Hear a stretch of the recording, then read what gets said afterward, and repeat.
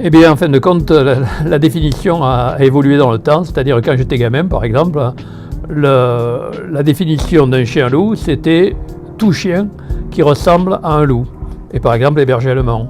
Et puis maintenant, ça s'est spécialisé du fait qu'il y a de plus en plus de loups, de chiens-loups, c'est-à-dire de bergers allemands croisés avec des loups et qui ont formé de nouvelles races comme le Sarlos et le Tchécoslovaque. Ici, vous en avez un exemple.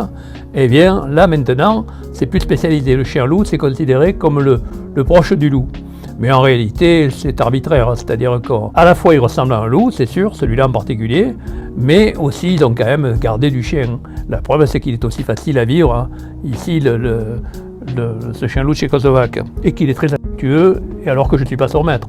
Et donc, en fin de compte, ça c'est un vrai chien, c'est-à-dire qui a été sélectionné par l'homme parmi des loups il y a plusieurs dizaines de milliers d'années, et puis qui est devenu complètement différent morphologiquement, alors que par contre, ça c'est un chien récent qui a été recroisé il y a 60 ans avec les loups et qui est devenu un chien-loup, c'est-à-dire ce qu'on appelle un chien-loup, mais c'est une définition qu'on a créée et qui en réalité tous les chiens sont des chiens-loups puisqu'ils dérivent tous du loup. À la tête, à la morphologie du chien, on voit ce qu'il est, c'est-à-dire que c'est comme un flacon avec une étiquette. Celui-là, on voit rien qu'à sa tête. Non pas que c'est un chien de combat ou de staff ou un animal de combat, mais c'est simplement un chien qui doit plus ou moins tirer du boxer ou du canet corso, qui est un mélange de chiens. Et donc ça a été sélectionné depuis des milliers d'années, donc il est très facile à vivre, très, très respectueux du maître.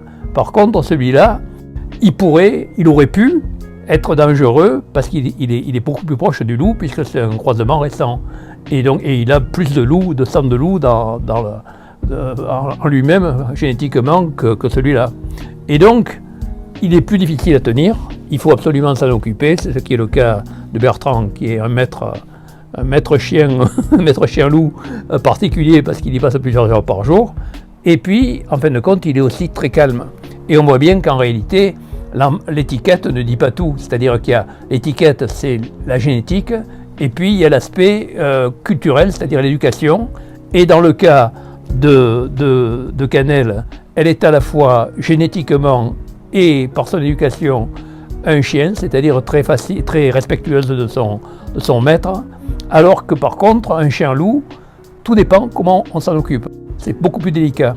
Ça, c'est à mettre dans toutes les mains, et ça, pas du tout. Il faut faire attention, parce que si on ne s'en occupe pas vraiment, et si on on n'entre pas dans sa confiance, on peut avoir des problèmes, et après, on n'arrive plus à le tenir. Donc, il faut faire attention, il faut mettre en garde. Il n'y a pas que l'étiquette. Et que l'étiquette, elle correspond parfois à quelque chose. Ça, c'est un chien-loup qui a une tête de loup, mais qui est aussi calme qu'un chien. C'est une catégorie chien-loup qui a été inventée pour montrer simplement, et pour vendre aussi, parce que ça vaut plus cher, évidemment, ça que ça. Donc, c'est une autre manière de voir les choses. En tout cas, c'est un animal qui est aussi gentil, mais qui est moins patient. C'est-à-dire que celui-là, on peut lui faire beaucoup de choses, on peut le laisser tout seul à la maison pendant toute la journée et il ne fera pas d'histoire, alors que celui-là, je doute qu'on puisse.